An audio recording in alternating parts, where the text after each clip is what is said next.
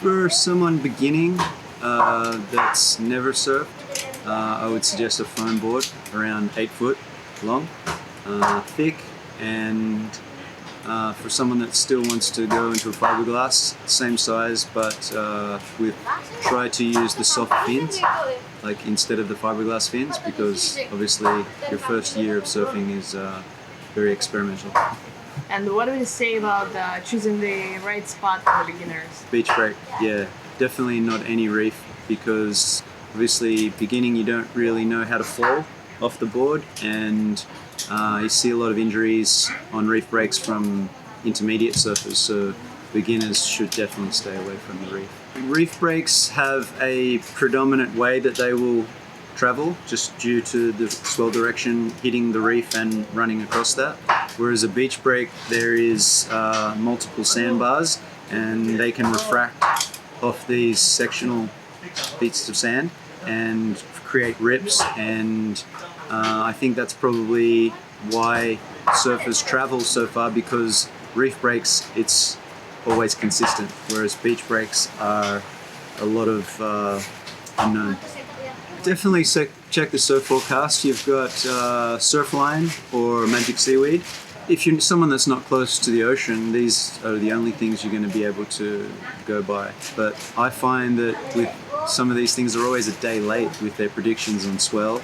Wind, not so bad, but being a beginner, I don't think the wind is a priority at the moment. I think it's always trying to choose the smaller wave so you can get used to the power of the ocean. I always suggest beginners stay in small waves, and if the whitewash is too big to just paddle through, just grab the rails, turn the board over onto its back, and you're underneath it, let the wave go, and then flip the board over again.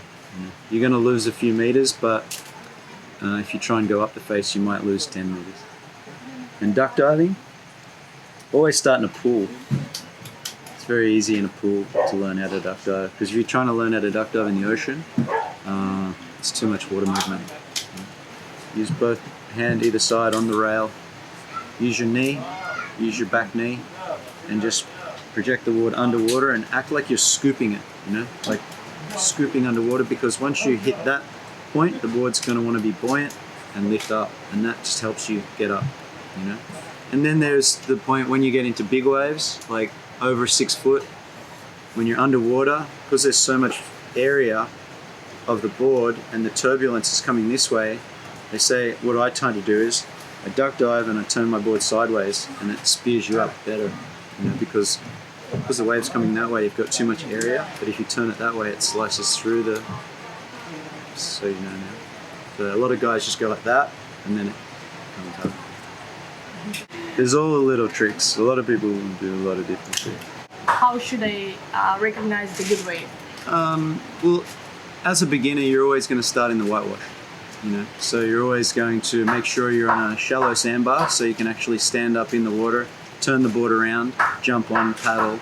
But if you're getting more advanced and you want to look at riding green-faced wave, always pick, obviously, a beach that has small waves, and look for an area where the whitewash is coming into a rip, because therefore the rip is the deepest part, which you'll be able to paddle out to the side of it. So every time you get a wave, you can go in the rip and paddle back out like an escalator. So you kind of want to look for that kind of thing. And therefore, when you're on the whitewash, you can turn whatever way you can to get to that green face. But again, it's all about your experience and how much you're getting better each time. What do you think of boost fin? How it could help beginners? Oh yeah, I have friends, particularly girls I know, have a lot of trouble with their arm strength. And not long ago, actually, I had a friend. She's good when she's up, but it's just paddling into a wave, she gets really tired. And when you introduced me to this, I was like, she could use this, because it also helps the longevity of your just one surf, because rather than spending so much time and effort paddling into a wave, this could help you with that effort and help your surf longer. How to fall off the board? Never fall off the front. Always fall off the side and try make it on the side that you're facing, not to the back side.